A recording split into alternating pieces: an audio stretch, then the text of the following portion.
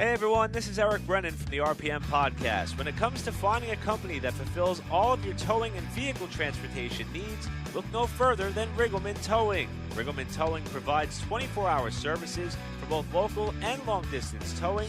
Whether you're moving your race car, daily driver, or junk cars, they're a fully insured operation that can and will cover all of your towing duties. For more information, visit RigglemanTowing.com and follow them on Facebook. That's Riggleman Towing, owned and operated by our very own RPM Podcast teammate, Scott Riggleman.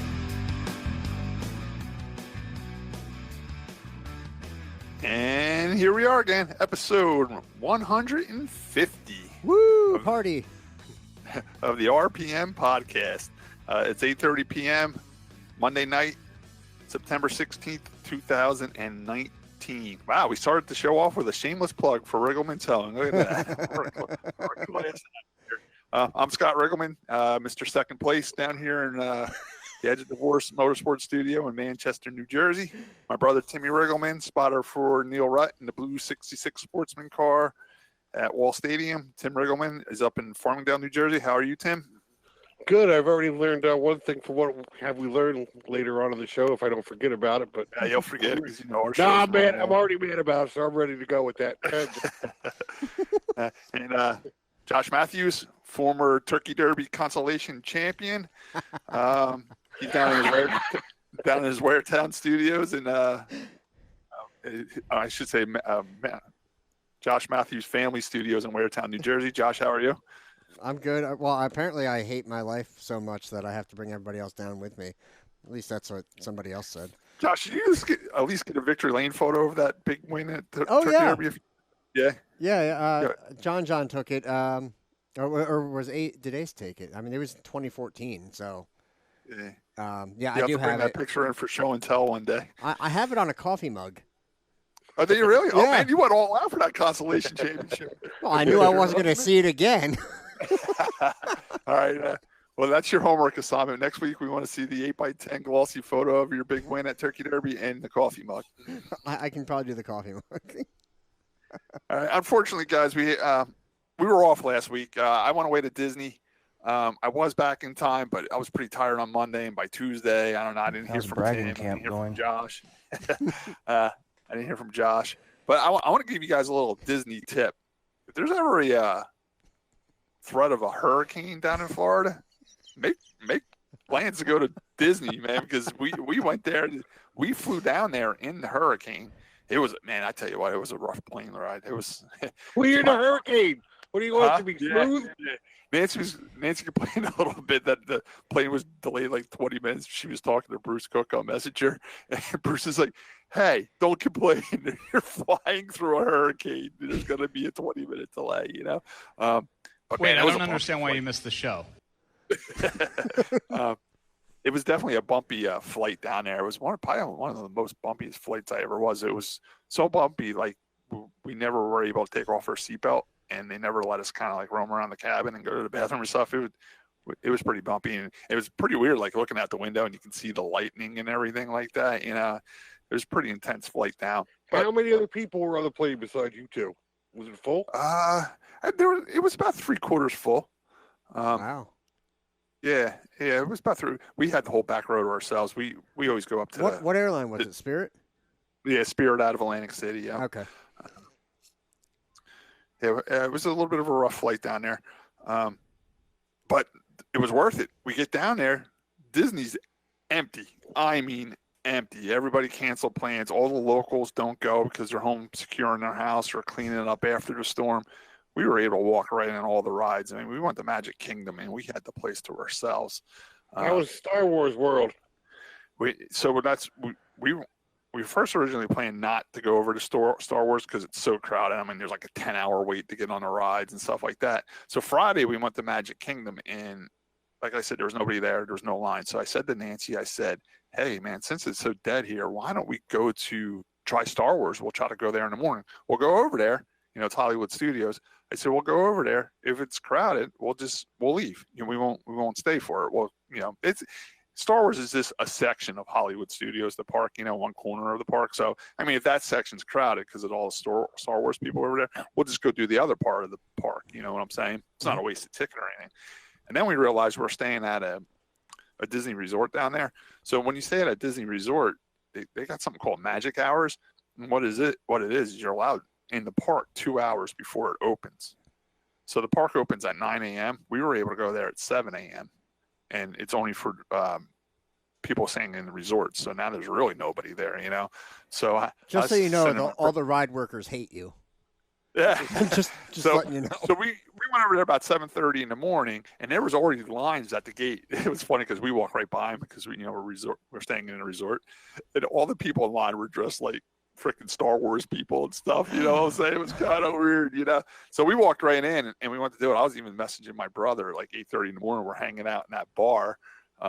You know, it's the bar from Star Wars. You know, it was open at 8 o'clock in the morning. We're sitting in there drinking with like aliens and Star Wars people and stuff like that. You know, it was pretty cool. We did the Star Wars ride, got right on it, walked right on it. You know, you fly the Millennium Falcon or whatever the thing's called. You know, and it was cool. It was a lot of fun. We got to see it looking around. So then we were there for, you know, we walked in at 7:30, 8 o'clock ish. You know, we stayed for the hour before the park was open. 9 o'clock, we start walking out, and you just see a flood of people coming from the main gate. Everybody dressing like Star Wars stuff, going in the Star Wars part of the park, and we got out of there, you know. So it worked out perfect for us. It was hot down there though. We woke up and it was like, I had the Weather Channel on in the hotel room, and it was like, oh yeah, it's going to be 95 degrees today in Atlanta. I'm like, that ain't too bad. I can handle 95 degrees. Oh, but with a heat index of 106, I'm like, oh great, you know. But it was pretty hot and humid down there, but I tell you what, I can deal with the heat down there if there's no lines, you know, because you walk on all the rides. A lot of the rides are air conditioned anyway, you know. So it was a good time. Let me pull up my phone here. I just want to start off. Bobby Brown is a very good listener of the RPM podcast. And while we were off, his mother passed away. Her name was Betty Brown Semino. She was 79 years old, and she died on her 79th birthday. Oh. She spent most of her life in Neptune City. She lived right in Neptune City. And Bobby said she was a huge Tony Siscone fan. She always went to the races to cheer Tony Siscone on. So rest in peace, Betty. And Bobby, our thoughts are with you and your family with the loss of your mother. And, of course, everybody heard the news of NASCAR Hall of Fame nominee Mike Stefanik. He passed away a couple of days ago in a private plane crash. We'll be talking about that a little bit later today, but that was very sad news that Mike passed away. He was 61 years old. He passed away just a couple of days shy of the anniversary of Teddy Christopher's plane crash, where he passed away 2 years ago. Literally one day before it. One day before it, yeah. Which is kind of weird, but yeah, I mean, that happened. Tim, real quick, did you ever spot for Mike Stefanik? No, his wife always did. Yeah, Julie was pretty much his spotter. I did get to meet Mike. I guess it was, I don't even know, back in '96, yes, I guess. I was working for Martin Truex Sr. on the Busch North Tour, and we did a lot of traveling with Mike's team because Mike was driving for Don Ling, which was another New Jersey-based Busch Grand National North team, and we did a lot of traveling together. We would book hotel rooms together, and we would schedule dinners together for, like, you know, after the races and, you know, stuff like that. So I got to travel with Mike for a good 2 years doing the Busch North Tour, and I got to know him and his family. Mike was really serious about racing. He was all business at the races and at the racetrack. You know, even at dinners, you can tell he was totally focused on what was going on because he was busy. I mean, there was times he was racing the Busch North car and the modifieds at the same time. 2 years in a row, he won the championship in both series. So that's a lot of racing. You know, he was juggling a lot at the racetrack. Very, very hard worker. One time we were racing at Loudon with the Busch North cars. I think we were part of the Indycar weekend up there. And I actually drove him and his wife, Julie, from Loudon, New Hampshire over to Lee because he had a modified race over at Lee. And we drove all the way over there, and he ran so I got to help him on the modified that night too. And I had to drive him back. We were all staying in the same hotel room when we were back. And I just remember saying on the way home, he's like, because there was rain in the forecast for the morning. He's like, man, I hope we race tomorrow, but I hope there's a rain delay. He's like, I'm tired. I need to sleep in a little more. And I just remember waking up in the morning, hearing the rain on the windowsill. I'm like, Mike got his wish. He could sleep in a couple extra hours, you know. But yeah, it's just a sudden passing of Mike. It's a shame. So rest in peace, Mike. We're thinking about you guys too. I just want to say, I knew Julie quite well because she was his spotter, and he had 2 daughters, and they were very proud of their dad, and I'm sure they're very sad right now. And only thing I could say is, he went doing what he wanted to do. It's what was his passion. After he left Modifieds, he loved that thing. Him and Jimmy Blewett talked on the phone quite a bit. One time I was catching a ride home with Jimmy, and he had it on speakerphone. And Mike, all he did was talk about that plane and how that was the greatest thing in the world. And so, he went doing what he wanted. That was not his plane that he was on this time. Just that want to make that clear that wasn't his plane. It was somebody else's. He was trying to fix it for him or whatever. But I just feel bad for his family because they were a close knit family. Yeah, they were very close.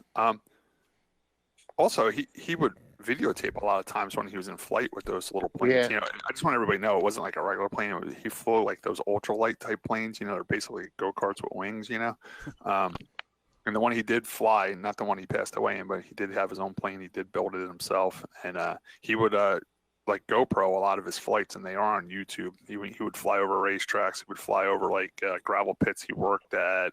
His family had a lumber yard. He would fly over the lumber yard. It's pretty cool videos, and you'll see how pretty the area is up there when he was flying his plane and how much he enjoyed it. So you'd understand a little bit more why he was so into these planes.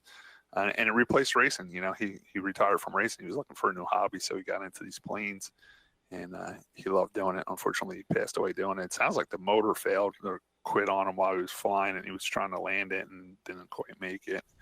So that's just a sad story. Another disappointing thing is, too, he's been a nominee to get in the NASCAR Hall of Fame since 2014, and he hasn't been put in yet. And unfortunately, now he's not going to be around when he does finally get put in. I wish he would have got into the Hall of Fame while he was still alive. Unfortunately, that didn't happen, but I'm sure he'll be in within the next couple of years. He's definitely going to make it. He's got 9 NASCAR champions. Richard Petty had 7, so did Dale Earnhardt and Jimmy Johnson. And he's got 9. So, and he's got, I think it was 7 in the modifieds and 2 with the K&N East cars. So, I mean, he's definitely going to be put in sooner there. And he was one of a dying breed too. He could build his own race cars. He built his own chassis. Like he's the type of racer that could build the race car right off the tubing rack, bend it up, weld it, put it together, and win with it. He did it all. He was a really smart guy and a good mechanic as well as a driver. It kind of goes. The old people like Mike Stefanik was like the only, besides like him and Tomeno, were like the only 2 that actually raced with Richie Evans and then still raced with Doug Coby and these guys now. Like they were like in between both. Yeah, he definitely branched the gap from the old regime Yeah. to the new regime. Like, he was young when Richie Evans and then all of them were racing. And then, through his career, he raced with the guys that are winning now, like Kobe and all them. He definitely bridged the gap from the old regime to the new one. He's missed. It's a shame. All right, so I mean that's what we got on Mike. Yeah. So the Cup Series, I guess we'll move into Las Vegas this weekend. I just want to mention that they did have the Ferris wheel. They did. And they actually had, watching the race yesterday, they actually put one of the cameramen in the Ferris wheel, and he was going on with some kids or whatever, and so they actually had a camera view from the Ferris wheel. I don't know. I thought it was interesting. I missed that. I watched most of that race, but I did miss the Ferris wheel part. I tell you what, some people on Facebook and stuff was complaining that Las Vegas wasn't a good race. I thought it was a very good race. I thought they were going 3-4 wide and bouncing off each other. And was it the truck? Was it the truck race? They were 5 wide at one time. Well, the I thought trucks the track was usually better at that anyhow. I thought the track was real racy. I don't know what people were expecting out of this race. I thought it was good, close racing. There was a lot of lead changes. I don't know. I enjoyed the race. There was a good crowd there. I was surprised at the crowd. That was pretty good. I know it was really greasy at the start of the race because it was so hot. and a lot of the guys were having real trouble with the setup and sliding all over Well, the place. and I found that interesting in the race too. That was another thing I was interested about. Some people set their car up for the greasy track, and they ran good in the beginning of the race, but then they didn't handle at the end of the race. And some people did the opposite, where they struggle at the beginning of the race, but they knew their car was set up for when the sun went down and the track got cooler. Yeah. So I think that race gave me everything I look for in a race. I mean, it was competitive. It was a good race.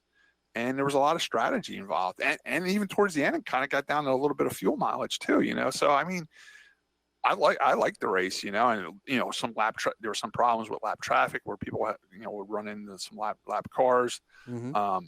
Some people had to avoid some lap cars, Yeah. Was it Byron had that tire go down? He spun right at the pit entrance, and everybody had to try to dodge him. I think it was.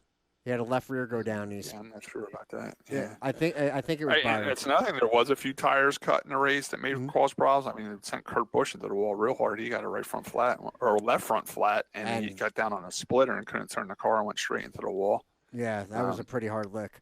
There was a few times. There was somebody else that was just slowing up to get into the pits, and he almost got rear-ended pretty good. Just because he was slowing down for the pits. That's it. I mean, the cars were running a bunch of different lines, which was good. I thought Joey Logano was going to walk away with it in the beginning. That's what I exactly mean. Then he had a few problems. Him and Suarez got into it. Mm-hmm. Suarez got him into the wall, and he had damage, and he never really recovered from it. Tim's favorite driver, Kyle Busch, just ran right in the back of a lap car and blamed it on the lap car. I don't understand that at all. I mean, everybody else is passing him, and Kyle just runs right in the back of him and then blames the lap car. I don't know what the lap car did wrong. He held his line, and Kyle just ran right in the back of him. I think maybe he misjudged the closing speed on that or something, and then it looked like he was trying to turn to go low and go under him, but the car just pushed too much, and he ended up going right into the back of him. And it was funny watching the in-car camera of that. You actually saw Kyle's head go forward. Oh yeah, Kyle hit him real hard. Yeah, I don't know how he didn't spin that car out. Yeah, but that was. I mean, but like you said, he was complaining about that and upset, and a lot of people call him a crybaby or whatever. Which I mean, all right, maybe he needs an attitude check, sure, but I mean, everybody's talking about him today. Yeah. So, I mean, it's good for sponsors and all that. And honestly, he's one of the best drivers you're going to see, whether you like him or hate him. They know they're going to get that interview. They know when he's mad, they all Martin Truex won the race. There's two guys interviewing him. Kyle Busch finishes, 40th? And there's 47 people interviewing him because they want to get that shock value, you know what I mean? And if you saw too, they had a couple of NASCAR officials over there to make sure he stuck around. And he goes, yeah, because I don't get fined. That's where I'm standing. He would turn around to the NASCAR official. He's like, "That's it. I'm done. I stood here long enough. They're asking the same stupid questions over and over." And he walks away. I would just take the fine. What could the fine be? $5,000? Yeah, but he might get fined from NASCAR. Who knows? He might have a deal with M&Ms or something too, or he might get fined from Toyota and M&Ms too. I mean, Kyle Busch is my favorite driver, but he did have a big old goofy trucker M&Ms hat on. So he did. These interviews, I'm like, oh my god, here we go again. It's like I just pay the fine to just walk away and be done with it. Why? But it's getting those sponsors and stuff on his fire suit on TV that much more. Yeah, so remember, everybody that says he's a crybaby, he's a sore loser. Him and everybody else out there, I tell Scott all the time, they get out of their race car, they act like jerks, they get in their $100,000 plane to fly to their $4.5 million home on the lake. They get over it pretty quickly once they get home. It's just another day at the races. Yeah. Tim, I've been really enjoying watching this NASCAR Wives show. Yeah, I watched it, yeah. And I just watched someone, you just mentioned how they just, they are mad for a while, but then they jump in their planes and fly to the Bahamas and they forget about it while the race fans are home talking about it. But on that NASCAR Racing Wives, I noticed, I just caught up on it. I watched it today. Samantha Busch flies to her sister-in-law's house in Virginia from North Carolina. It's one state over. She's got to fly a freaking private plane there. It's probably a 2-hour drive. You can't just drive over. It probably takes her longer to get to the airport than it does to get to... That's what I say too. By the time you drive a car over there, unload the car, unload all your stuff into the plane because she has her son with her, and fly to the airport, land, get out of the airplane, load all your stuff into another car, and then drive over to the house. You probably could just drove there straight there. You know what I'm saying? I don't know. How cool was it? Kyle Busch, his kid wanted dinosaurs at his birthday party. Kyle Busch got real dinosaurs there, those big mechanical dinosaurs like in Jurassic Park and stuff. Must be nice to be rich, right? Oh, yeah. He had Jurassic Park right in his driveway. Josh, do you have the RPM podcast top 10 for the Cup race? Yes, I do. All right, so your winner, and it looks like cleared tech and all that, Martin Truex Jr., so he gets the points. He moves on to the next round, no matter what at this point. So good for him. I mean, that takes pressure off of them. Following him was Kevin Harvick, Brad Keselowski, Chase Elliott, Ryan Blaney, Alex Bowman, William Byron, Kyle Larson, Joey Logano, and Ryan Newman are your top 10. Let's see. So we talked about Logano having an early lead.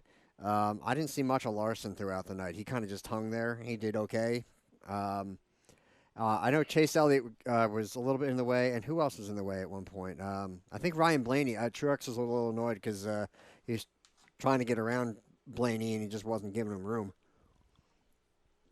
Anyway, that's all I got for that. Yeah, we'll move on to the Xfinity now. Unfortunately, I was at Wall Stadium racing, so I didn't get to see any of the Xfinity race. I don't know if you guys were able to watch it or not. I was working a wedding, so I was at Wall. I know Tyler Reddick won. Do you have the RPM top 10 for the Xfinity race, Josh? I thought I had it. I need to bring it up again. So okay. Fill in for me for a second. All right, we can move on to the truck race. You know, one thing I want to mention about the Cup race that I've noticed, not that it's a big deal, but I just like mentioning this. Oh, here we go. I've been noticing Joe Nemechek's been racing in the Cup Series again. No one really mentions that. He's been driving. Did you see, real quick, they mentioned, I forget who the kid was. He had Morgan Shepherd couldn't be there for qualifying. The Landon Castle. Like 10th? He was like 8th in practice in Morgan Shepherd's car. So, and I tell you what, Morgan Shepherd practically builds that car himself. He's got a couple of crew guys. It's impressive that you throw some tires on and a young driver, he's running 8th. And I looked at some of the names he out qualified and out practiced. I mean, he was ahead of like Elliott Sadler in like a good car. You know what I'm saying? Yeah, I thought that was pretty cool too, Tim. That old Morgan Shepherd can still put a competitive car on the racetrack. Morgan Shepherd could drive a race car back in the day. Oh, yeah, without doubt. People that don't know that, he could drive a race car. He could roller boogie real good, too, boy. You got the top 10, Josh? For the Xfinity race, yes. Tyler Reddick, Christopher Bell, Jones, Custer, Allgaier, Gregson, Gaulding, Nemechek, Herbst, and Sadler. And this Elliott said that's it. He's done, Elliott Sadler. Yeah. So that was his last race. And Herbst Sadler announced that he's racing one more time. Oh, is he really? Yeah, he announced it. He usually does like a Richmond or a Martinsville. Yeah, it's one of those ones coming up, yeah. And Richmond's this weekend. I wonder if it's this weekend. Yeah, but Elliott Sadler said he's finally done. The only time you'll see him now is on baseball fields. He's real into baseball now. His kids play baseball. He's been coaching baseball. He's going to direct all his focus on the baseball now. And he had a top 10 finish, so that was good for him. He had a good last run, good last hurrah. Moving on to the trucks, I did watch the truck race. I enjoyed it. Truck race was good. Truck races are always good. I love the truck racing. Oh, yeah. You have the top 10 for that, Josh? Who was taken out of the playoffs? A lot of the guys had trouble. The guy that won the regular series championship, which is stupid. The regular season championship. Was it Crafton? No, that's Grant Enfinger won that. Okay. Right? But yeah, Johnny Sauter might have been dropped out because he wrecked in that. No, his motor blew up. He blew the motor Sauter up was in the race. DNF. Crafton was a DNF. Enfinger DNF. Nemechek DNF. Oh my gosh, let's see. Oh well, Natalie Decker finished 25th out of 32 with a DNF. Yeah, she DNF'd again. I had a dream about her the other night. Let's not talk about it. No, Scott, you're gonna love this. I was teaching her how to drive. Oh God! And it shows. That's the blind leading the blind there. Oh. All right, Josh. Top 10 of the RPM. Top 10 of the truck race, please. Hill, Chastain, X, Creed, Gilliland, Poole, Moffitt, Rhodes, Burton, and Lupton. Tyler Ankrum was in 11th there.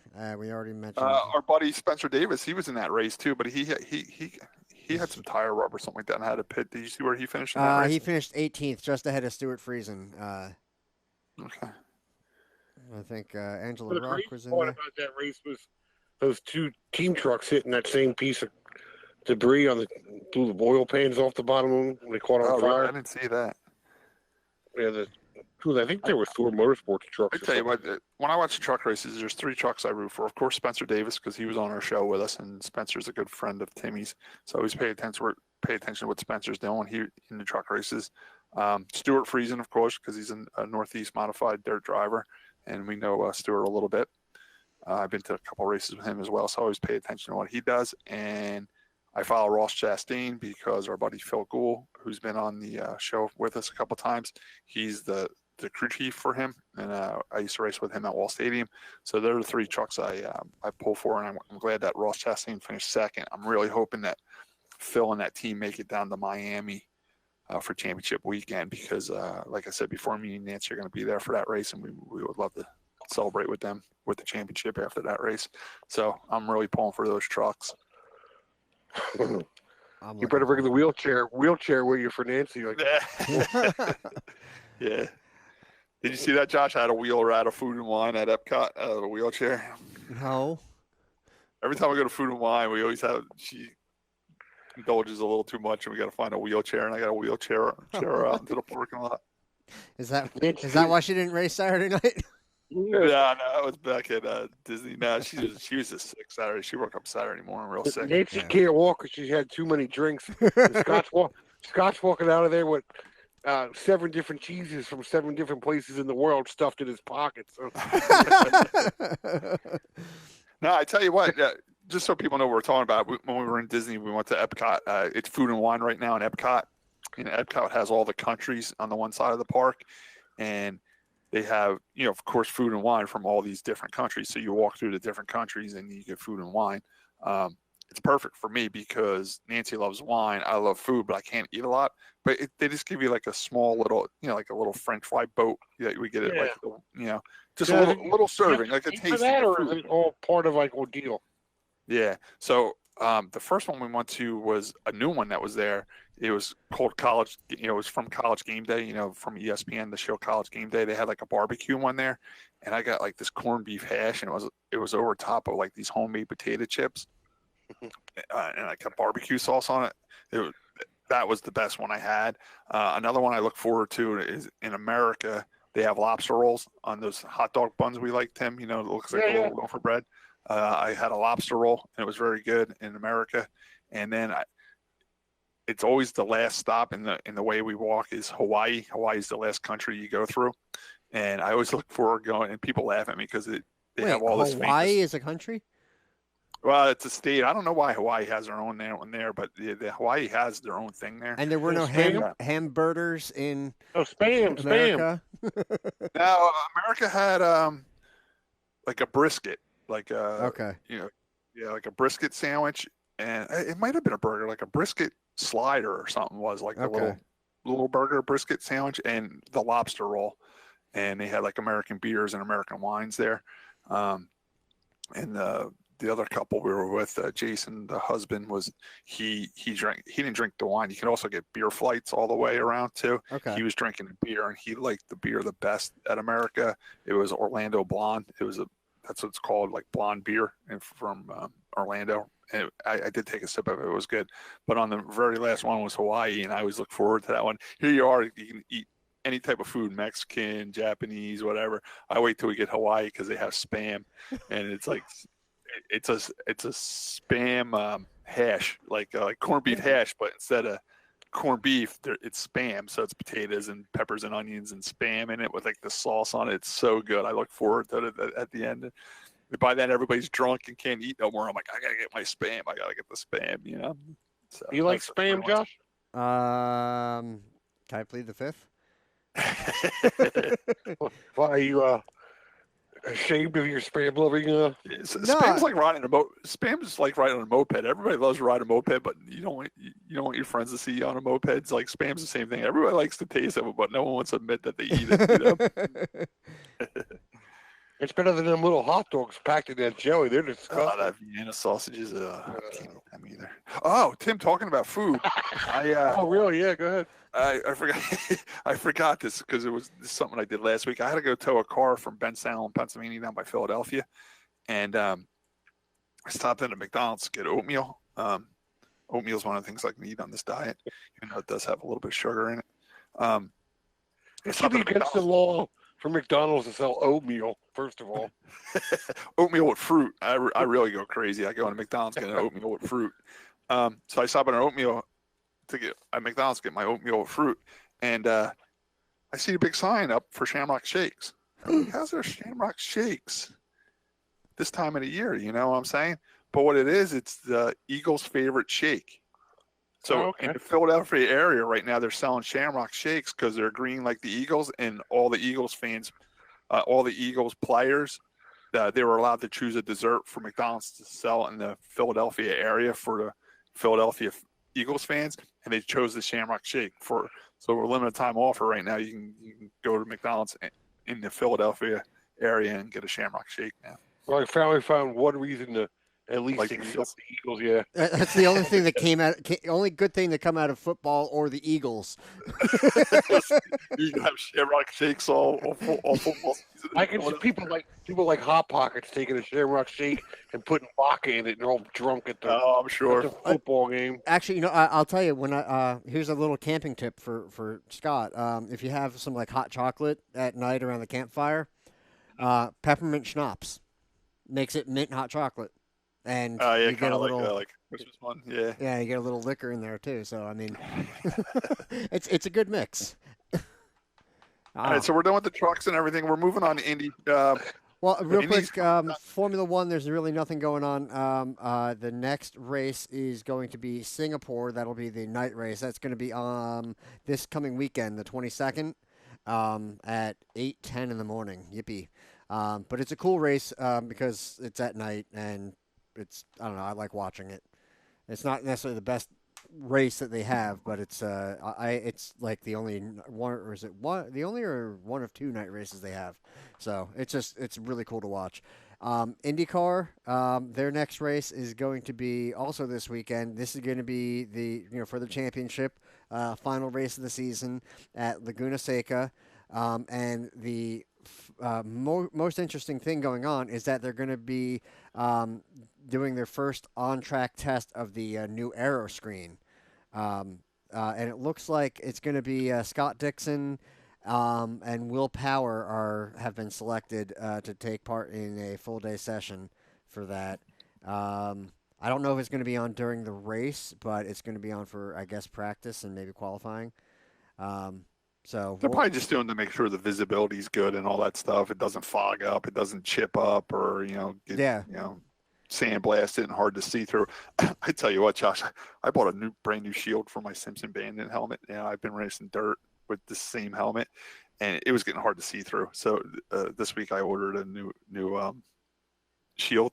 I put it on, man. What a world of difference! it's so clear. I want to put a smudge on it because there was a couple of times like I go to pull my shield down and it was already down. Like it's that clear. I can't even tell when it's down or not.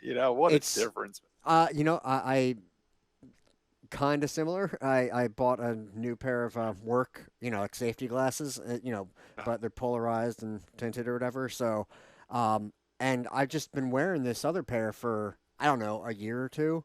And this new pair, same thing. I have no idea that they're on half the time because I can actually see right through them. The other ones are scratched up and smudged and everything else. Do you think this windshield on these Indy cars will have like a tear-off system like the Cup car windshields do? I'm sure that. I mean, that's something simple to add because it would be like almost like a cellophane, just like our tear-offs are. So I can totally see them adding that even afterwards with very little effort going into engineering them. And you'll probably see the same thing maybe in one corner, a handful of the tabs so they know which one to pull off at each time. I don't think it'll be driver accessible by any means, but No. By pit. crew when they pit, just Yeah. like the Cup Series, they have the little color-coded triangles on the end to pull the tabs off. Yeah. I love this new windscreen. They're calling it the aeroscreen. I love it. I think it's exactly what Indy needs to make it safer. It's still an open cockpit because there's no roof over above you. I think they did a great job designing this, and I'm really looking forward to having this on the cars in 2020. I think it's going to save lives. I think it's the best thing Indy did in a while.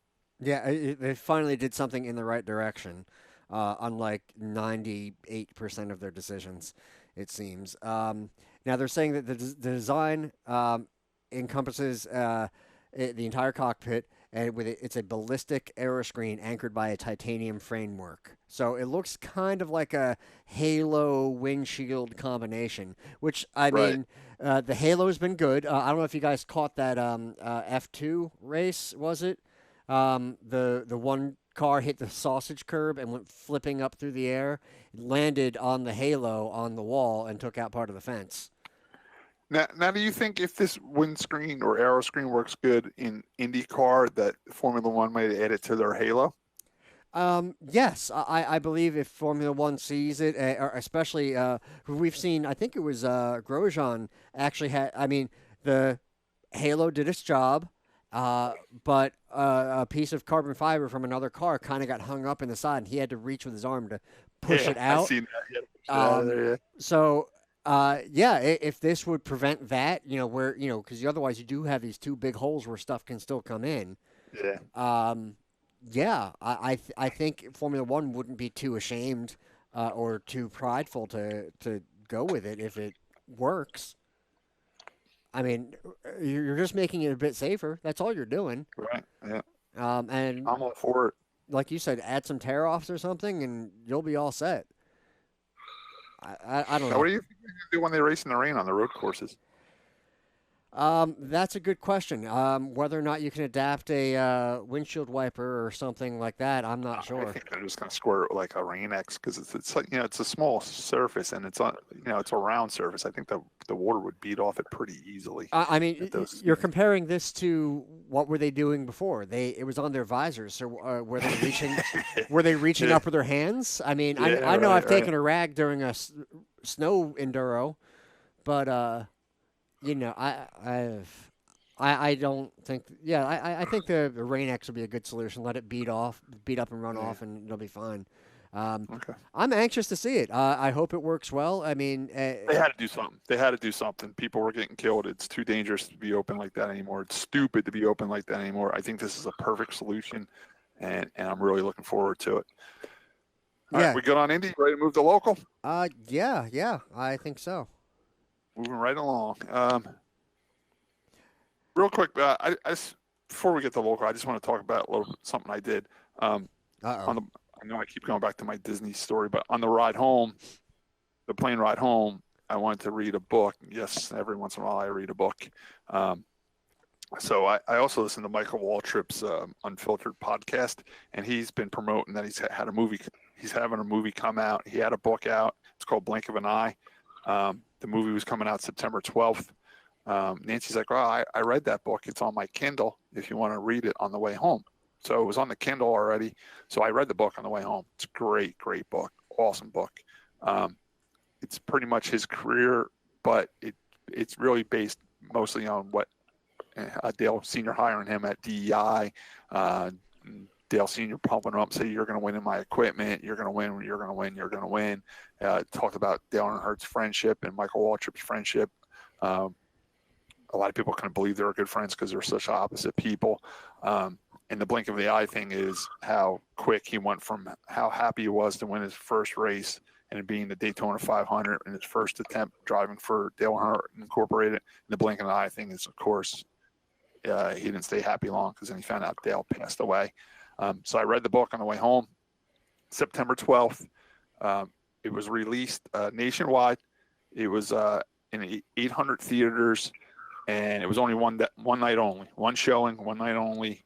And it was kind of cool. You kind of had to find where it was playing. I went on a couple websites, put in my zip code. It did say Tom's River, but then when I clicked on the Tom's River Theater, there was nothing there. So it didn't make it to the Tom's River Theater. The closest place I found it to my house was in Hamilton. So me and Nancy drove. It was a 7:00 showing. Me and Nancy left there about 6:00, and we drove out to Hamilton. Man, I haven't been to the movies in years. What a nice movie theater, man. The concession stand's like a bar now. They saw hamburgers and chicken fingers. And, oh, yeah.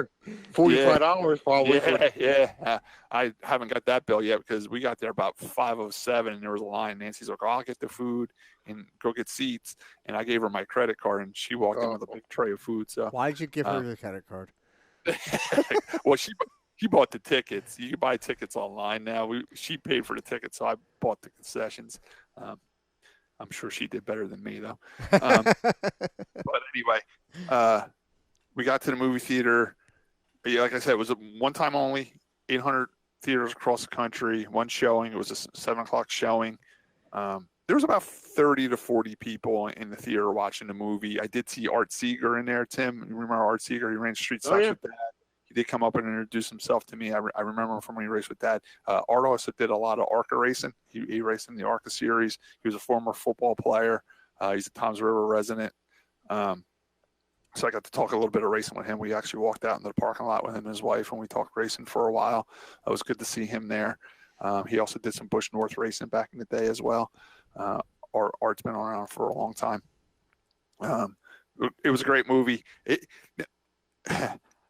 I did notice because I went on Facebook and put that I was there watching that movie and tagged myself there. And then a lot of people, then I went on a couple of NASCAR sites that I'm on Facebook, and a lot of people, I wanted to see if anybody else wanted to see this movie, And I tell you what, across the country, a lot of people went. But one thing I did notice, a lot of people didn't get to see the movie because it was all, I guess it wasn't in digital form. It was in like the old projector reel form. And a lot of these movie theaters still have their projectors, but they don't use them much, Mm-hmm. And a lot of people are saying that the projectors were breaking and not working right. So some of the films didn't show, but our place started right at 7. Nancy actually missed the first 5 minutes of it because she was in the concession stand. I mean, it started right at 7. I walked in at 7:01 and it was already playing, Wow. So we got to watch the movie. The only other thing that was kind of cheesy about the movie was when they showed the TV footage from that day, that was 2001 when he won that race and Dale passed away.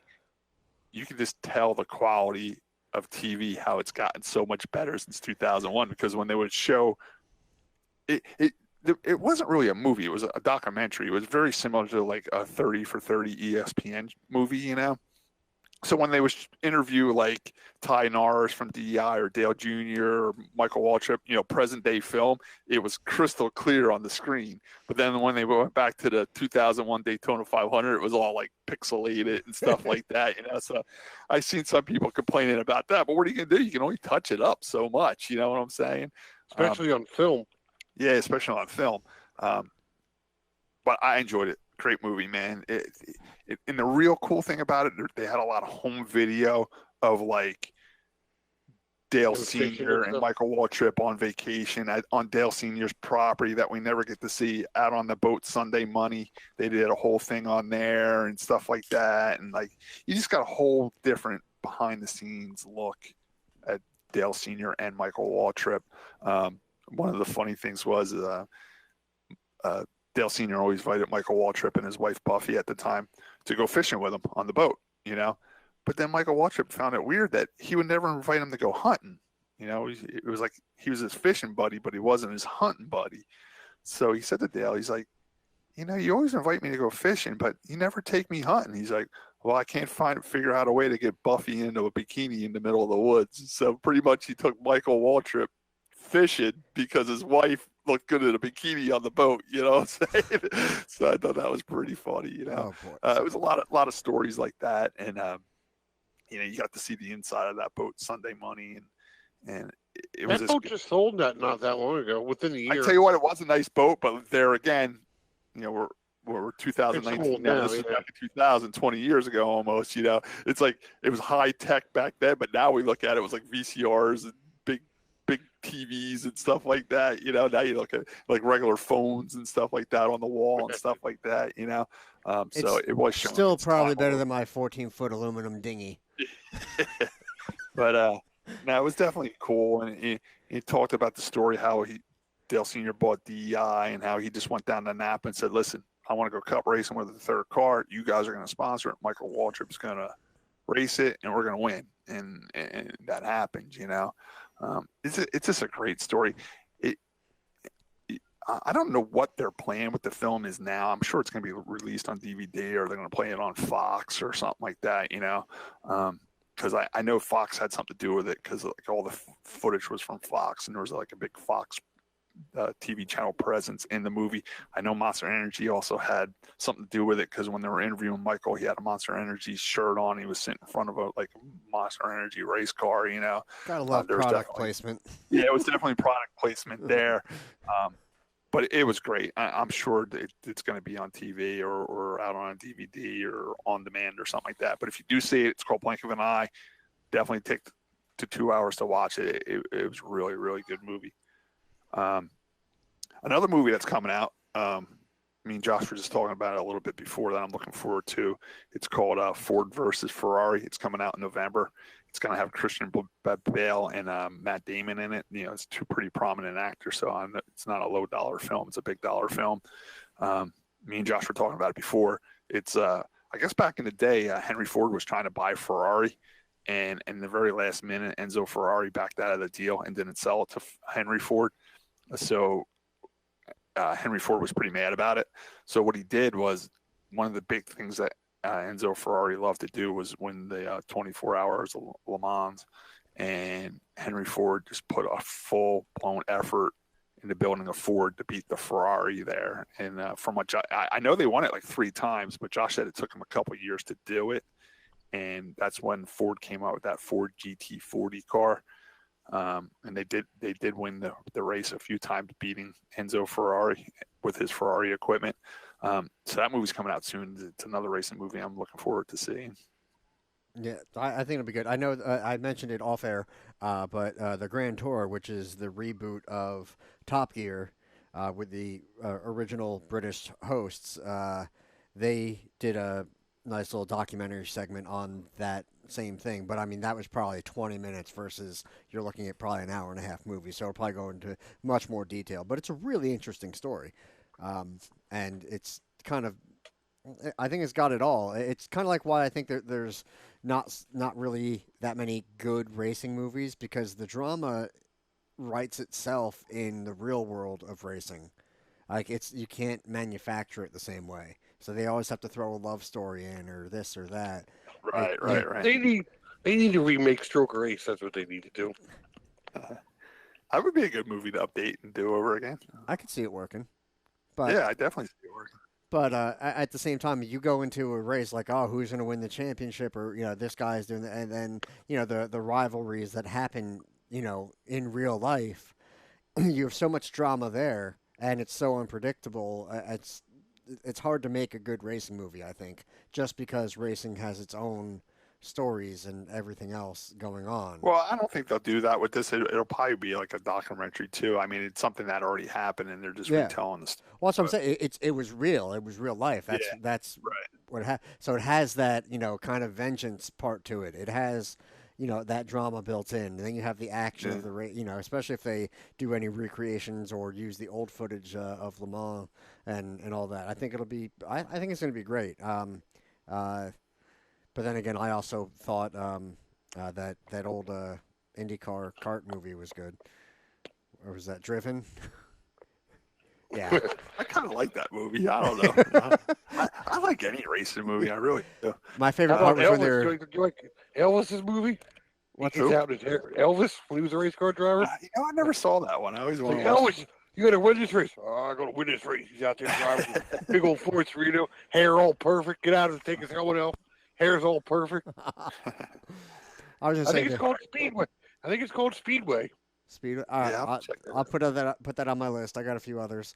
My favorite scene from Driven, I think, was when they were racing through the streets, and the manhole lid flies off and stuff. I don't know. I mean, yeah, it was kind of cheesy, but it was cool. So anyway, let's move on. Before we get off movies, you want to talk about that Glory Road, Scott? Ray Abraham's? Oh, yeah. That's not really a movie, but that's a TV show. Ray Abraham, a local guy who used to race modifieds here at Wall Stadium. He has a Glory Road series. Tim, you know what channel is that on? That's NBC Sports too, right, or no? NBCSN, yeah. All right. Yeah, NBC Sports Network.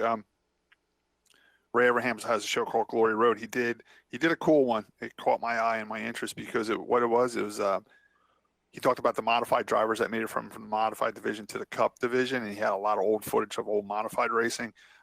He talked to Jeff and Brett Bodine. He had a lot of footage from them. He did do the Martin Truex Jr., so he had some footage from Wall Stadium on there. And he did Steve Park and Ryan Preece. They were the pretty main topics of the people that made it from the modifieds to the Cup Series. So if you see any, you can probably go on demand and watch that. It's Glory Road, the modified one. And I'm sure they'll be playing it over and over this winter. But they did play it twice already. And I did say it's a great show. And Ray Abraham really did a good job with that. I thought it was impressive. I never knew first of all, the modified footage from, like you said, from like Pocono was real cool. And me and Josh, we were talking about how the modifieds used to race the big track at Pocono. Okay. There's actually footage of it on that. Really? Yeah, and Wall Stadium. And but one thing I found impressive is, and I told Scott off here, that I never knew that Brett Bodine won the first time we ever drove one of those cars. Bush North car, not a Cup car. Not a Bush North car, a Bush South car, but Xfinity, whatever you want. Yeah.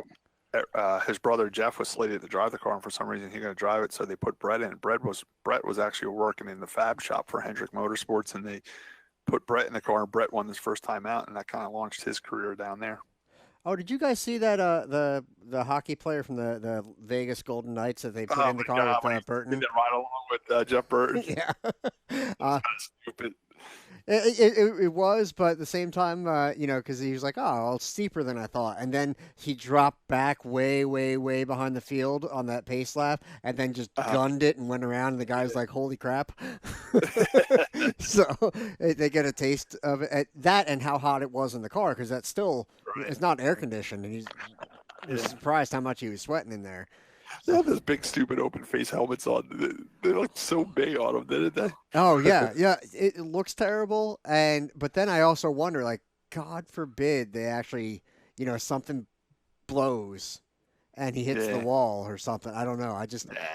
I mean, I'm sure they were safe that way, but it just, those helmets look so stupid. When I'm at, like, the Cup races with the modifieds, like when Ward Burton goes out there, he's not going very fast. It looks like he's going faster. No. When you're there live, it's like they're barely moving. Yeah. But it transfers. I mean, they're still going fast, but they're not doing 200 miles an hour by any means. No.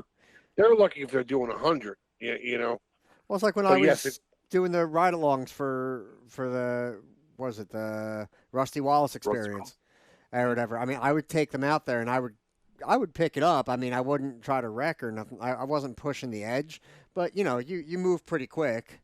Just to give them a taste of, this looks steep, but this banking is not nearly enough when you're actually trying to go fast. All right, so moving to the local, I want to touch base on the Bridgeport. Bridgeport had 2 huge sold-out monster truck shows. How cool is that? And I tell you what, me and Tim always talk about, Bridgeport has a lot of grandstands. That's a big grandstands at Bridgeport. And they sold out not 1 show, but 2 shows they sold out for monster trucks this weekend, Saturday and Sunday. Well, good for them.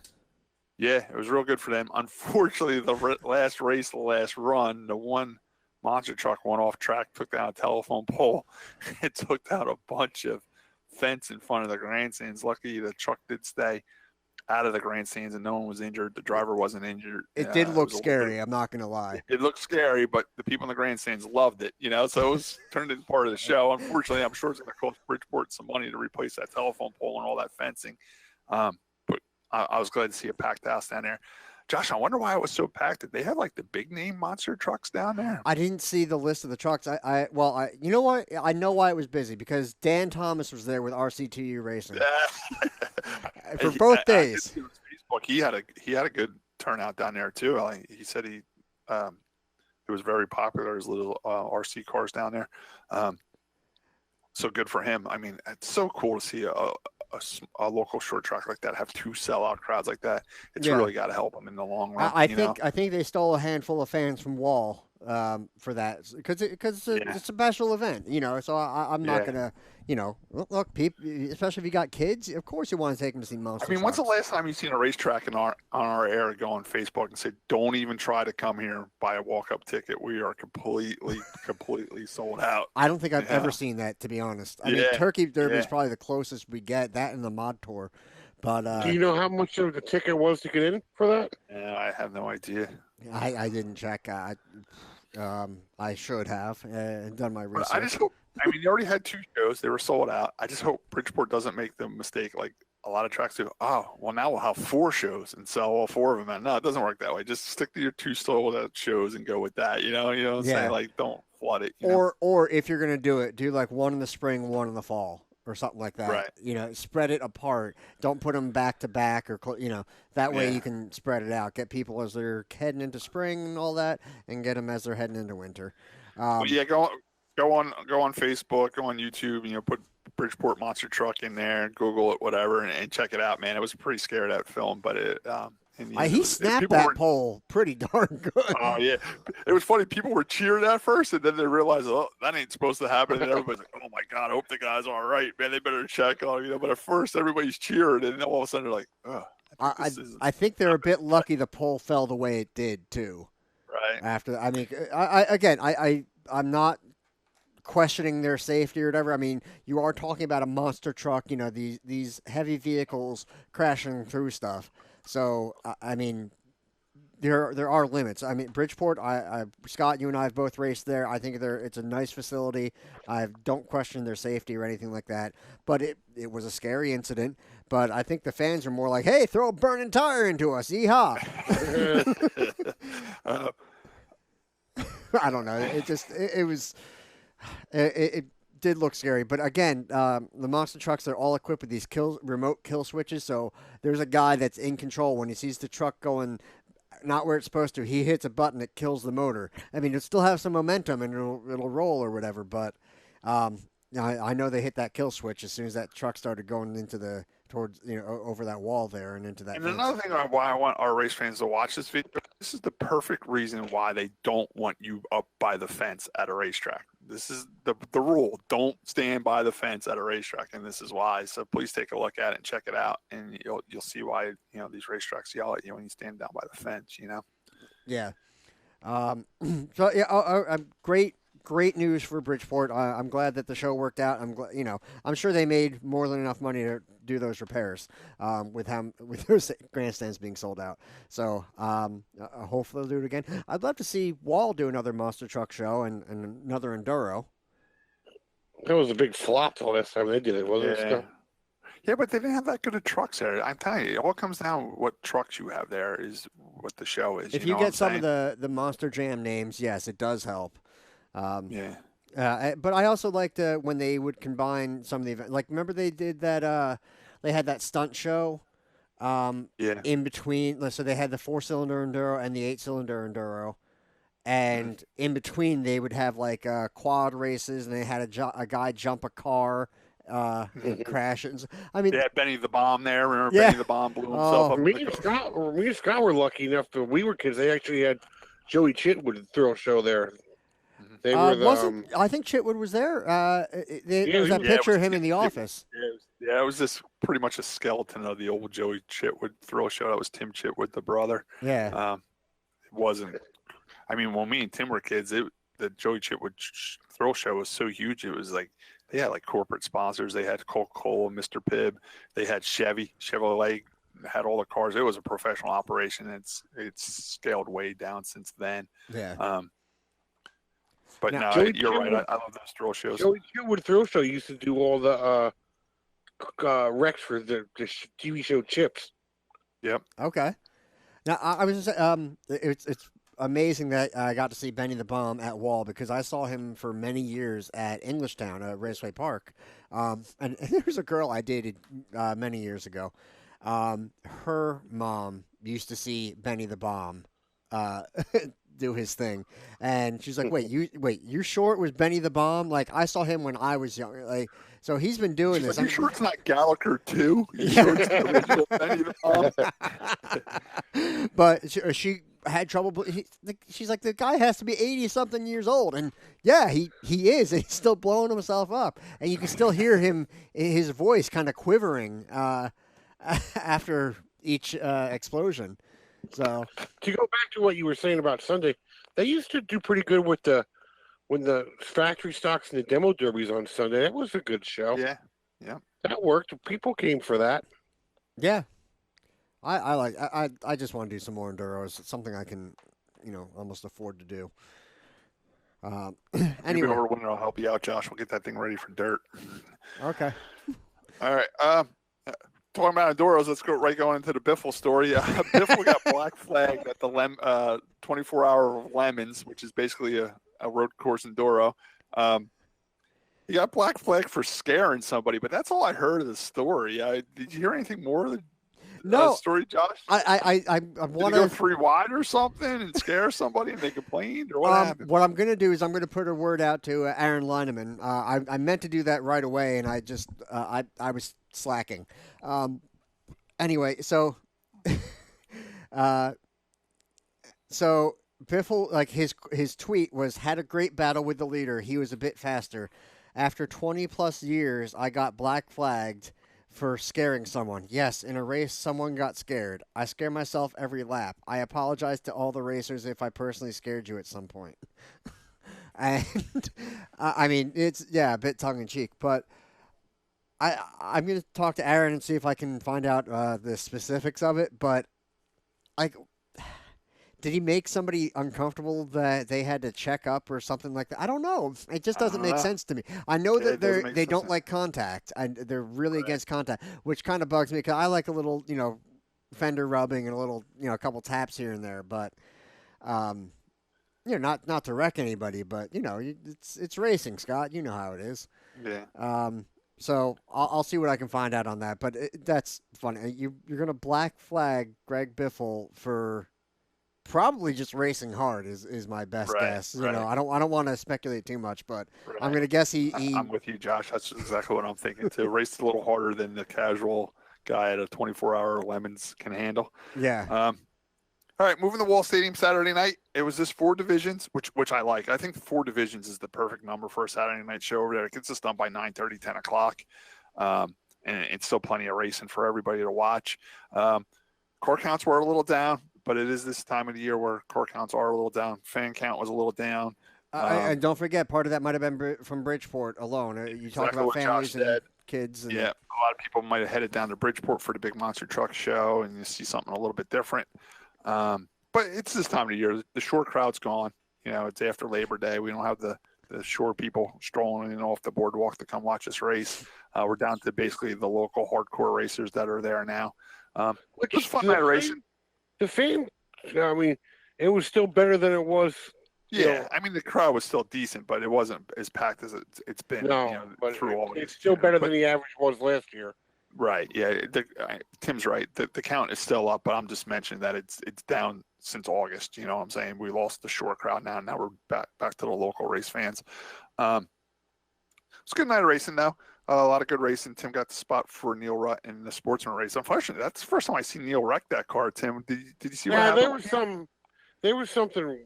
It just wasn't right, and he was trying to overdrive it. And he just lost it coming out of the corner and overcorrected and hit the fence. I don't know. The car wasn't right. There was something wrong with it. I don't know what it was. Okay. There's really not much to talk about tonight. It was a pretty smooth night over there. I finished second in my race. Unfortunately, I was leading for a long time, and Elliot was able to get underneath me and pass me. But, man, I looked back in the mirror when me and Elliot were battling side by side, and there was nobody behind us, Josh. Like, I could look in the mirror, and I couldn't see anybody coming out of the turns. And I said, if me and him wreck each other battling for this lead, we're going to look like fools up here. So I kind of, checked up a little bit going into third and tried to do, the crossover move because he had me on the outside, And I just backed up a little bit, and I tried to do the crossover underneath him, and I just couldn't get it done. He had too good of a run coming off the corner, and I pretty much just followed him the rest of the race, and that's where we finished. We had 16 cars in the factory stocks, which is a little down, but I think this weekend we're going to have a ton of factory stocks because this Saturday we have twin 25s. So there's 2 factory stock races this weekend coming up. There was a DQ, Matt Malachaco. What did he get DQ'd for? Do you know? Too much left side weight percentage. Okay. Are you calling him fat? What's that? Are you calling him fat? No, I didn't call him fat at all. Unfortunately for Matt, he's been working real hard this year. I mean, he's wrecked that car a few times this year. He's on a very tight budget like all of us. He did put the car back from a bad wreck a few weeks ago. He started on the pole. Me and Elliot were able to get by him early in the race, and he did hold on for third, don't he? It was his best finish, and it was. I just hate seeing that for Matt, you know. But another thing, you know, a little point I want to get to some people that race there. The scales are open all day long. When you're at the racetrack, you can go over to tech any time of the day and say, can you check this for me? Can you check this for me? I mean, I went over there Saturday because I wanted them to check my camber to make sure the camber's right because we have the 7-degree camber rule. I mean, if you're starting up front and you have a feeling you're going to have a good run and you haven't been across the scales all year, take your car over to tech, go across the scales, weigh it, and make sure you got your total weight and your left side is right. You know, and the tech guys are more than happy to do it for you. And I just wish Matt would have checked it before he went out for the feature because he was starting on the pole. And I tell you what, he won his heat race. He was fine in his heat race. He's really got that car running really good. So, and unfortunately, where did he actually cross the line? Third? Third. Yeah, Okay. He finished third, which was a very good run for Matt. And he was fun to race with, and his car was working good. And he was 1% over on the left side weight. He was like 54.1 or something like that. And we got to be 53%. So I'm sure he'll move some lead around this week and get it right and come back and run just as good this week. Yeah, what's the top 10 of the factory stocks, Josh? So the factory RPM stock feature, the RPM top 10 for the O'Shea Auto Repair factory stocks. Some guy named Elliot, I don't know, he won, followed by our favorite number 2, Scott Rickleman, Tom Ruszkowski, Brian O'Shea, Joey Helberg, Tim Majek, Nick Kilmer, Matt Bedessa, Robert Szynski, and Kevin Flores. I just want to mention something. I had a total night of second places. I finished second in my heat race, second in the feature. I set second fastest time in the feature, and I'm second in points. So someone called on Facebook said I'm the ultimate number 2. And just so I can say it and not get harassed, in 12th was Billy Both. There, I said it. Okay. There you go, Mrs. McLaren, Billy Both. And why wasn't Aunt Nancy there? Nancy, we stayed at the camper Friday night, and we woke up Saturday morning, and Nancy looked yellow, and she was throwing up. She's like, I said, all right, Nancy, I said, Nancy, just lay in bed. I'm going to go home, get the race cars all loaded up, and I'll get everything ready to go. And about 10 minutes from when I said that, I was leaving. She looked at me and said, just leave my race car home. I'm like, all right, no problem. She's like, I just don't feel good. I'm like, all right, no problem. So I went home, loaded everything up, got to the racetrack. When I got to the racetrack, there was only 15 cars there. So I called her again. I said, listen, Nancy, if you're feeling better later after the heat races, I can run home and get your car, and you can meet me here, and you can at least race the feature. And I called her back after the heat races. She's like, I'm still not feeling good. She's like, don't even worry about it. I'm like, okay, no problem. And all day Sunday too. All day Sunday she wasn't feeling good, but she did make it to work today, and she's feeling better, so she'll be ready to go for the twin 25s. I think I found the perfect thing for Scott here. There's no shame in being second. And now, Avis Rent-A-Car is proud to present the second Now you gotta look up band in the. America. I posted We the. welcome Garfunkel, Messina, Oates, and Lisa singing their number 2 hit, "Born to Run Her Up." There you go. I posted on my Facebook pretty much what I just said, and we talked about Stroker Race before, and they had the famous line in that movie, "Screw second." So I put that movie clip up on Facebook. Yeah. But other than that, I did have a great night. I mean, my car was good. It just got I put new tires on for the feature. Just one new tire. I moved some tires around, and I put a new right front on. And I did I anticipate the car getting tighter because I put a newer right front on, and it was getting cooler out. So I did take one turn out of the sway bar to compensate for it. But I should have took another turn out because it just got a little too tight on me in the corner. And coming off the corner, I was kind of chasing the car up the track a little bit, and that's how I was able to get underneath me. But I tell you what, once Elliott passed me, I stayed right with him. You know, I was just a little too tight to hold him off. Like I said in my Facebook post, you should have dumped him. And I tell you what, me and Elliott ran side by side for 3 laps, and we never touched each other once. It was a good clean race. It was a lot of fun. Elliott didn't touch you? I thought all he wanted to do was touch you. Yeah, no, he had his chance. But all right, let's move on to the modifieds. Let's do the top 10 of the modifieds. Josh, Stephen Reed did take the win. Followed by Andrew Krause, Eddie McCarthy, Eric Moriello, Chris Andretta, Jonathan Mandato, Kevin Davison, Kenny Van Wickle, Tyler Truex, and Robert French. Okay, now let's do the sportsman top 10.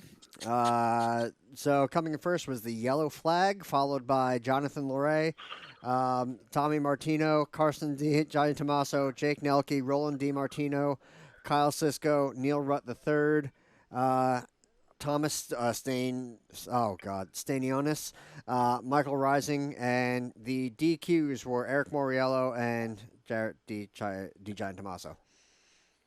Jarrett was qualified for something that happened on the racetrack when him and Kyle Sisko got together, and unfortunately Eric Morello got disqualified for a tire bank infraction.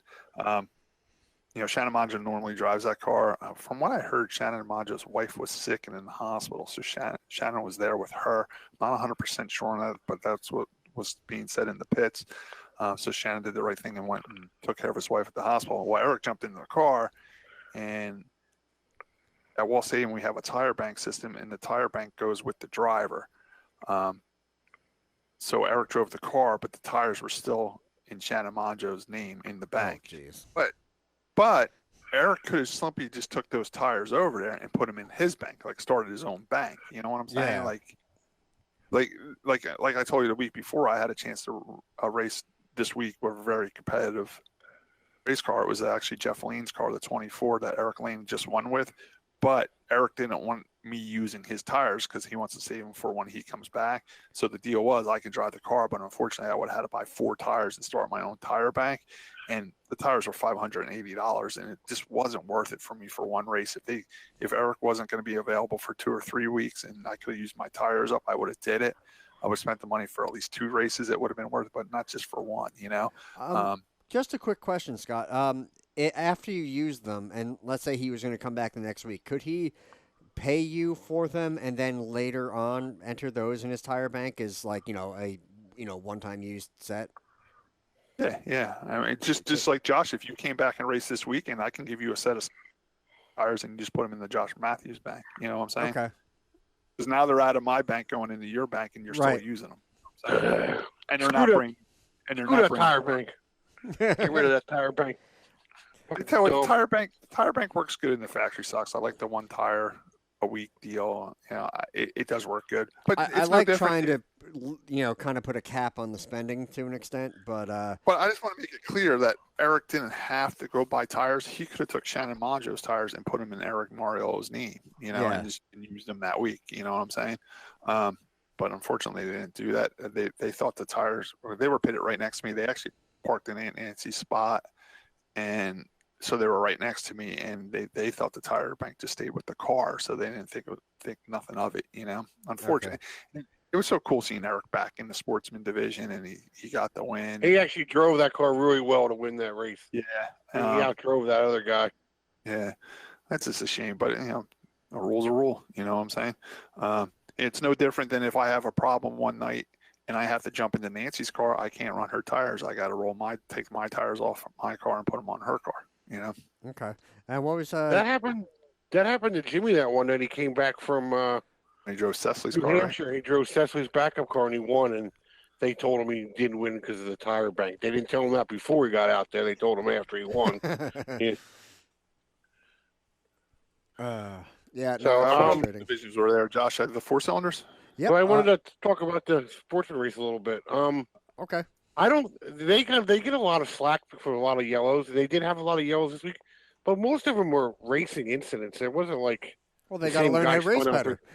And I tell you what, the modifieds weren't much better this week, were they, Tim? No, I felt bad for Kevin Davidson. He almost had that guy clear passing him on the outside for the lead, and he got taken out. It would have been Steven probably would have got by him. Steven's car was really fast, and he But was you know on what? rails. I watched Stephen Reed's in-car camera on that, and I didn't see the race because I was strapped in my car. We were the next feature out. Did Kevin Davison choose the outside on the Yes, he restart? did. He passed the restart before that. He was second, and he Right. passed the guy for the lead. So I On the guess outside. so I guess he figured it was okay to take it when he And, chose and, it. and by watching that video, I learned something because even though if the outside's faster and you choose it because you're going to be faster, but something I learned from that video was at least you're vulnerable to the guy on the Oh, inside. yeah. He can wipe you right out. He can And that's still what clean you happened out. to Kevin. Yeah, Yeah. he cleaned him right out, which was Yeah.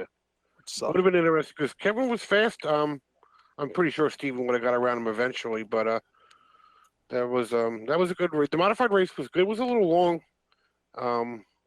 The kid backed it in the fence there. It took a little while to clean that mess up. Was that the 44 car? Yeah.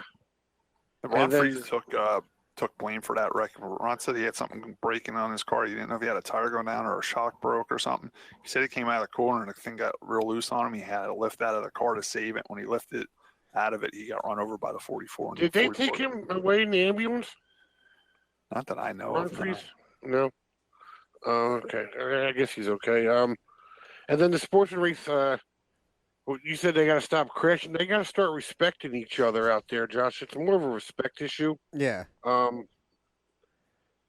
This show is going to get me beat up at the grandstand one day or not. But the Cisco kid and the Di Tommaso kids, they probably are the three most talented drivers out there in that division right now.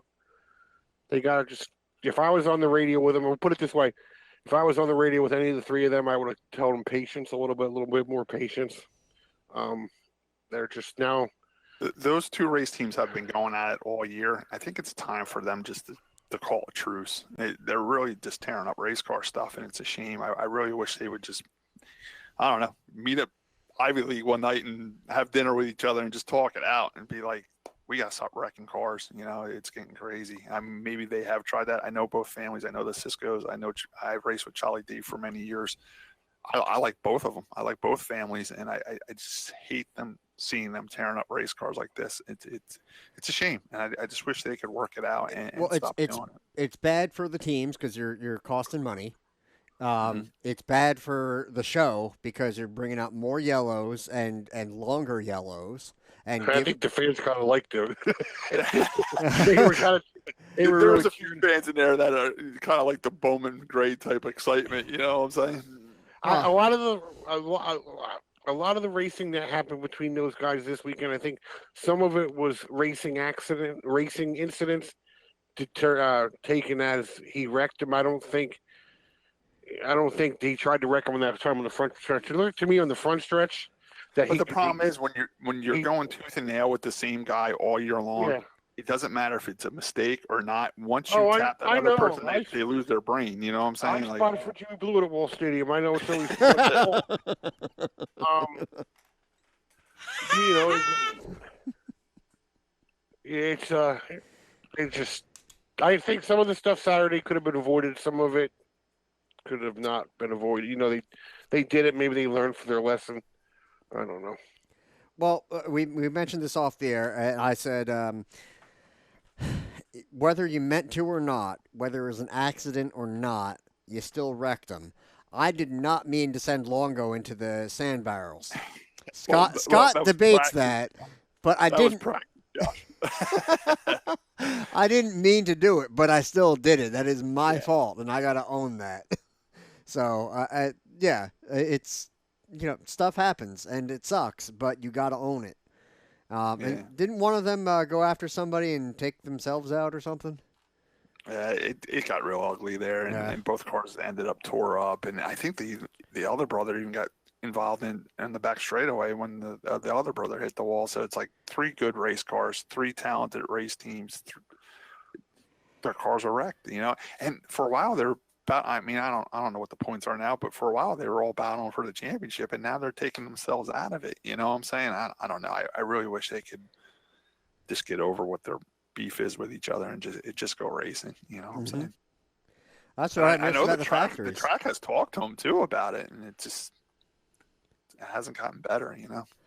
I was gonna say the one thing that I loved, at least during my time with the factory stocks, was everybody knew I mean, yeah, we still raced hard, but we talked. Everybody was friends with everybody.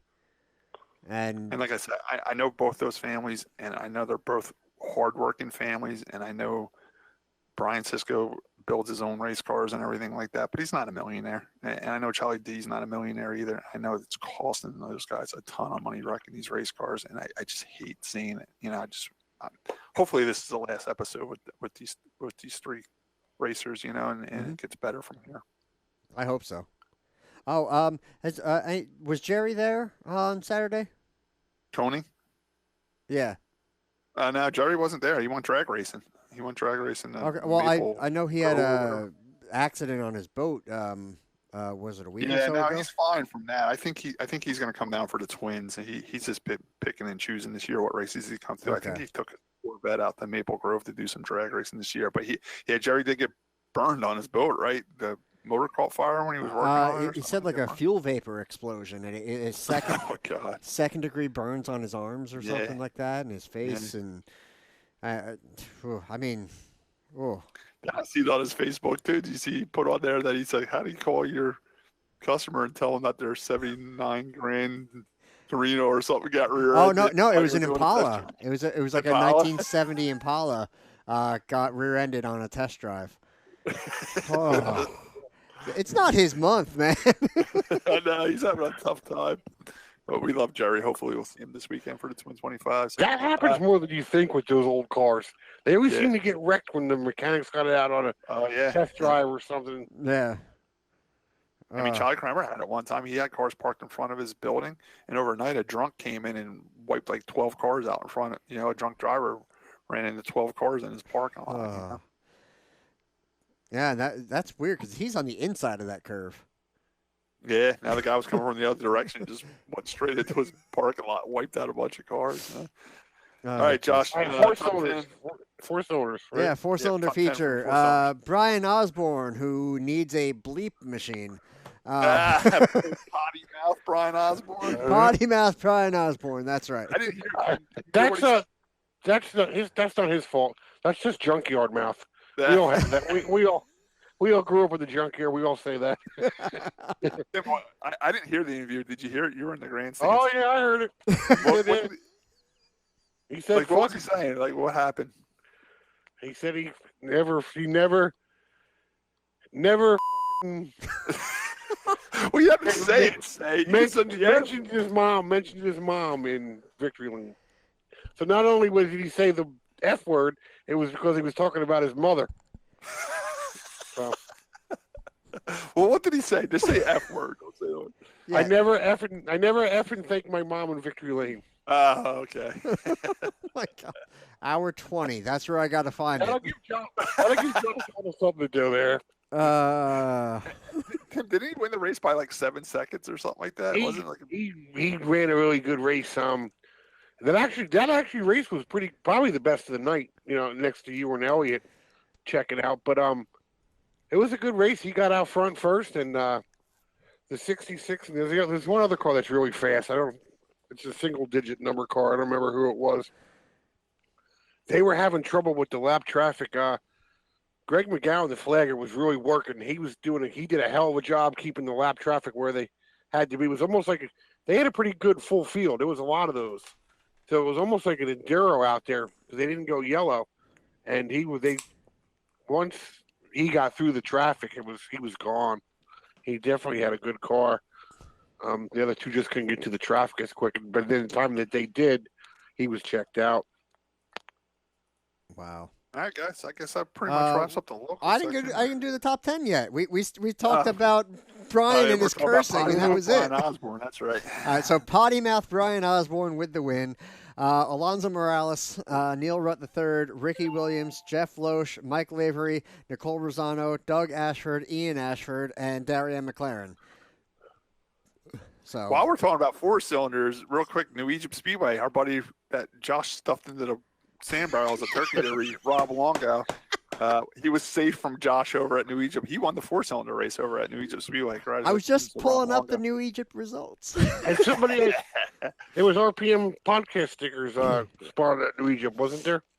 Yeah, So it was Rob's car. Yeah, is that owned by Richard Patterson? That car? The 89? I think that between Carol Miller, Rob, and Rick, I think there's like a three-way going on.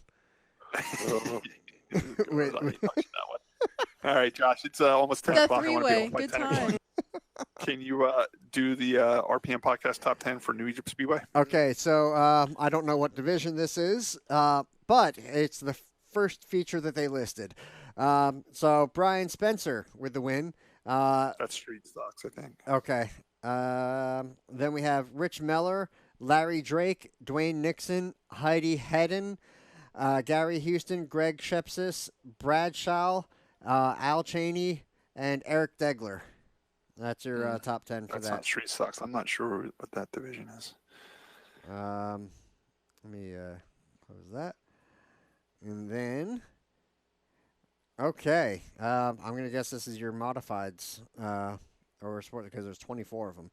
So we have Davey Salmons with the win, Brandon Grosso, Billy Patch Jr., David Van Horn, Mike Butler, Dakota Kessler, Ryan Cratchin, John McClelland, Jimmy Horton, Cale Ross. That's your top 10.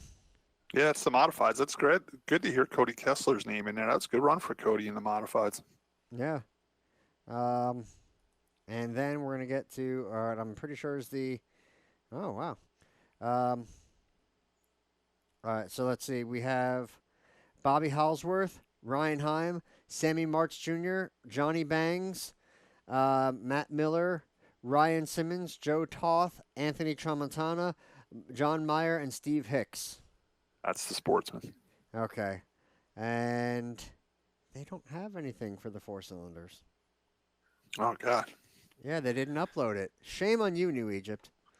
All right, but we know Rob Longo won. Congratulations, Rob Longo. He's a longtime factory stock driver at Wall Stadium. Now he's switching over to the dirt with the 4-cylinder car. He was a former teammate of Josh Matthews, and he won over there. So congratulations to him and his car owner, Rick Patterson. He's a big listener of the RPM podcast. So congratulations to you, Rick. We're glad you got the trophy over there at New Egypt Speedway. I'm sorry, Tim. There was a short video of Rob's Victory Lane interview. I don't know if Rick or Carol filmed it, but I'll see if we can share that on the Facebook page. Go ahead, Tim. One thing Josh didn't mention is this coming weekend, Wall Stadium's packed to track night, so it's cheap to get in. Bring a friend. Pat Morello was at Wall Stadium. I saw Pat. Pat came over while he was in tech. Him and Gary. I haven't seen him. Yeah, they told me they were going to go in the pits to see you. Yeah, I talked to him. I mean, I say it week in and week out, but whatever Diane's doing is working. But I'm seeing all these people that I haven't seen at the races in 10, 15, 20 years. So bring a friend to the races this week. It's back to track night, unfortunately. Yeah, I think it's only $10 to get in, plus it's 2 factory stock features. Unfortunately, unfortunately, the modifieds are off because we will be at Loudon for the 250-lap race. So I will not be there. But bring a friend. Come to Wall Stadium. Josh, should we get our press release from the Sunday series this week or not? Yes, I did. I also wanted to mention real quick regarding the New Egypt thing. They had 2 consies. Really? Yeah. Well, you should race over there, Josh. You're the Turkey Derby consolation champion. I don't think I can compete with those guys. Up over there. But I mean, 8 cars. It looks like in each consi. Wow. I don't know how many they took to make the feature, but I mean that's good fields for them. So, good for them. Yeah, that's pretty cool. Anyhow, so moving on to the we're gonna start. I got 2 emails, and the first one is gonna be the Wall Stadium Sunday Series. The senior champs: Mike Berner, Mike Brennan, Joe Parker, Jack O'Connor with a DNF. The red plates, Darren Krantz, Howie Conk Jr., Alexis Riggleman, and Bailey Riggleman. The blue plate, Justin Tereses, Chevy Romani, Alex Rogers, Aiden Spencer, and Aiden Greats. The World Formula Microstocks, Andrew Schuster, Brian Russell, Ryan Baxter, Richie Tazinski, Jeff Weinecker, Mike Fox Jr., Brian Russell, Noel Sheffin, Ashley Tyler, Joe Gary, Gary Sheffin, Keith Mellors, and Josh Barry with a DNF. The modified microstocks, Tom Irvin, Mike Brennan, Mike Fox Jr., Jim Van Dyne, Josh Barry, and Ashley Tyler. The junior champs, Will Cloud, Steve Puglisi, Mike Hall, Eric Zank, Alex Gritz, and Tyler Ritchie. Then we have the 206 class, which was Mike Brennan, Jim Hall, Mike Berner, Leanne S., and Howie Conk Jr. Now let me back out of that, and I'm going to go to the next email, which was the modified outlaw microstocks at Wall Stadium, that's a whole thing. I should have opened it earlier. This is basically victory. It's kind of like a press release. It's a whole thing, but written by Robin Irvin. I'm gonna see if I can share this on our page. Share on our page, Josh. Instead of reading through the whole thing right now, because I know For what you know, we're Scott, up against it. they had one of those Pro 2 modifieds there, right, Tim? yeah, we bought one of them, the old, like Ronnie Holmes is trying to get started there. Yeah, he did a couple laps. I don't think he was well under speed, but it was cool to see it out there. I tell you what, I love those Pro 2 modifieds. They're awesome looking cars. They do race them at Stafford on the little infield track at Stafford, and they do get quite a bit of them. I'm really shocked they're not taking off because they're beautiful little race cars. Another thing I want to mention is Ashley Tyler. She messaged me too. She wanted me to mention that she won her heat races. First time she's won a heat race in the micro stocks. And she's a female. Yeah, she's a female racer. She races with us in the factory stocks division. She's a girl that races the Red 95. She also races in the Sunday series, and she wanted me to mention that she won her heat race. So congratulations, Ashley, on winning the heat race there. Tim, I would love to see the Sunday series pick up a few more of those Pro 2 modifieds, and get 3 or 4 of them over there and race them on the Sunday series. I think it'd be a perfect little fit. Tim, another name I noticed that was racing with Alexis and Bailey was that Krantz. Is that the same Krantz that used to race modifieds at Wall Stadium that used to come with that big tractor trailer hauler? I honestly don't know the answer to that. Yeah, I think it is. I think he's coming down from Riverhead and racing with you guys now. All right, cool. So that was the Sunday series. Was that the last race for the Sunday series, Tim? No, there's actually one more regular season show. Then we had 2 dates set aside for rain dates, and they're going to run those 2 dates too. So we still got quite a bit of racing left. Yeah, the car counts were way down this Saturday or Sunday. It's that time of year. School starts and soccer practice and whatever, baseball practice or whatever is going on, football. So it's that time of year. Tim, when I woke up in the camper, it must have poured Saturday night because there was puddles all over the place in the camper. It took them a while to get the track dry. They actually did a good job. All the parents came out and were driving their cars around the track, and that's cool. The blower. Yeah, Alan and all those guys, they do a superb job. I just would have said screw it, cancel. You know what I mean? Was Roger on the sweeper? Roger was down there doing something. I don't know what he was there. Yeah. They were all there. Everybody was. I tell you what. I mean, the bigger track's easier to dry off than the inside track because the bigger track has the banking. Down there, it puddles up and it's flat. Yeah. It's hard to push the water off the track. They did a hell of a job. They got it done pretty quickly for how wet it was. So thumbs up to those guys for that. They're just as determined. The track crew is just determined on Sunday as they are on Saturday. So they do a good job. All right, Josh, let's move to what have we learned, and we're right on schedule here tonight. So, Tim, what did you learn today? First and foremost, I heard the very first thing as our show started that the RPM podcast must have got their Riggleman towing check for that big commercial. I still haven't gotten mine from the go-kart, so Josh just had an intro, so he just played a commercial. I did learn something else, and I forgot what it was now. Shamrock Shakes? I did learn that, yes. No, you were mad about something.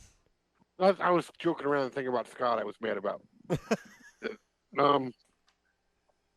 There was something else. Anyway, then I'm going to do my we were talking about before, I'm going to do my top 5, not in any order, but my top 5 favorite racing movies. I learned some new ones tonight.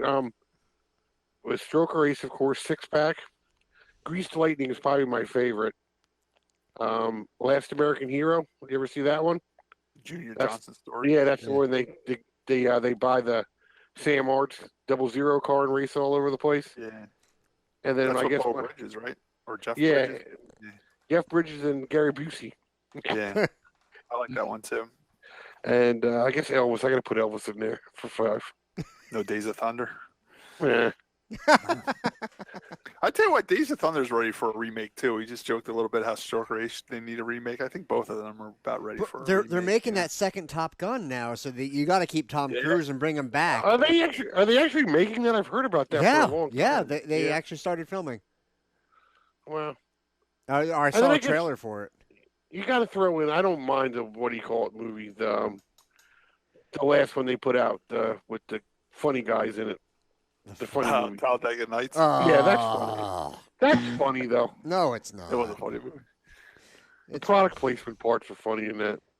There's nothing funny in that movie. It's Will Ferrell. Just kill him already. God, I can't stand him. Anyway, but they need to make another racing movie. So I guess it's about that time. I learned aren't tonight they making? I'm sorry, Scott.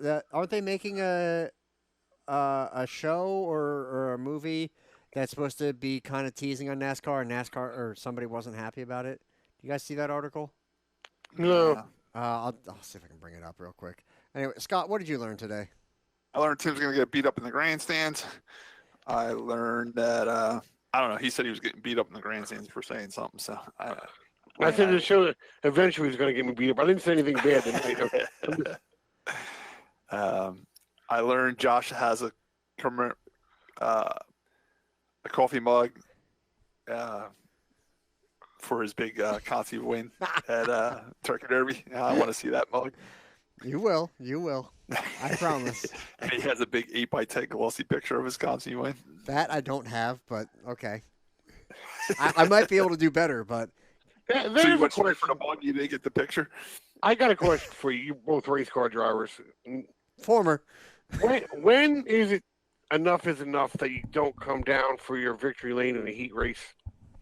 I tell you what, I'm not there yet. I did it this. I mean, there's a lot of times I just go right back to the pits. Number one, when you pull down on that bottom track to get your picture taken, you pick up all sorts of crap on your tires, and I got to run the same tires in the feature. So that's one of the reasons why I don't like pulling down there for my picture. I did do it this year because my car had the new body on it, and the new paint scheme, and I wanted a picture with that. After the second or third time, I stopped going down there. It's the same picture. You know what I'm saying? Really, you only need one. And like I said, the main reason I just pull back in the apply. The one good thing about it, if you do pull down there and get your picture taken for your heat race, 9 times out of 10, your picture's in the program next week with the checker flag. Okay. But that's why I know where you're getting to. A lot of people win the heat race 10 times, and every 10 times they go down there and get the same picture taken. But I think they do it to get their picture in the program. I stopped doing it because when I pulled in the pits, there was all sorts of stuff stuck in my tires, like cigarette butts and pop rivet heads and stuff like that. I stopped pulling down there for the picture. It wasn't us, my group of people, but there was people in front of us that were arguing that fact. When is it too much? Yeah. You know. Like I said, I did it once this year because I just wanted my picture taken with the new paint scheme. Okay. I'm definitely way, way far out from reaching that threshold because I have 0.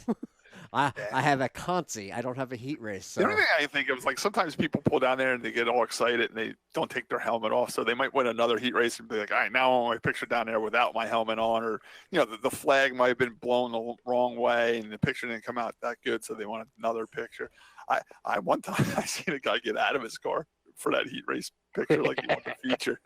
He started going around the whole car getting pictures with all his sponsors and stuff. But yeah. Don't make fun of what I'm going to do. But Timmy, you're right. They can almost do that off the track as well, like they do the victory lane picture too. You know what I'm saying? This slow the show up a little bit, but not a lot. They're usually trying to get the next race in order anyway. So yeah. Real quick, The Crew. That's the name. It's a NASCAR themed comedy that's coming to Netflix. The Crew. The Crew. Oh yeah, it's got the guy from the mall cop guy in it, right? Kevin James. Yeah, Kevin James, the mall cop guy. Yeah. I did. Paul Blart or whatever. Yeah. Yeah. That's kind of sounds like it's gonna be along the lines of the other one that Josh doesn't like either. Yeah. Well, I like Leah Remini from King of Queens. Yeah, it's gonna be like a spoof on NASCAR. NASCAR. I tell you, you want to see a good race car movie, go see that or look for that Blink of an Eye with Michael Waltrip. It was a great one. All right. So I'll do what I learned real quick, and because I got a bit of a list, and I think that's otherwise it, right, guys? Yes. Okay. So today I learned that Kyle Busch was upset, but got on his plane, flew to the Bahamas, and got over it. I learned that Scott has to wheel Nancy out of Disney after she had too much wine. I learned that Scott went around the world and came back to the U.S. for spam. I learned that Scott doesn't think Matt Malachatka is fat. I learned that Brian Osborne is a mother effer. And I learned that Roger was doing something. And I learned that Tim likes to give up when it's wet. So, all right, guys. That was a pretty good show. So you guys, I just want to tell all our listeners a little secret in our pre-show conversation. Tim and Josh vowed to do their conspiracy show tomorrow night, so we'll keep an eye out for that and see if that actually happens. We're going to try to record it tomorrow night. Yep. Which will be Tuesday night. So as long as Tim doesn't curse again. For a little teaser on that, an article came out 2 days ago, Josh, that there was a alien shot at Fort Dix right here in New Jersey. So yes, and that's going to be in a book too. That's one less alien we have to worry about in this world. Yeah, but it's not that type of alien, Tim. No, it is from another planet. I'm not a America. All right, guys, that wraps up episode 150 of the RPM podcast, and we thank you for joining us once again, and we'll see you at Wall. Go to Wall. Go to Wall.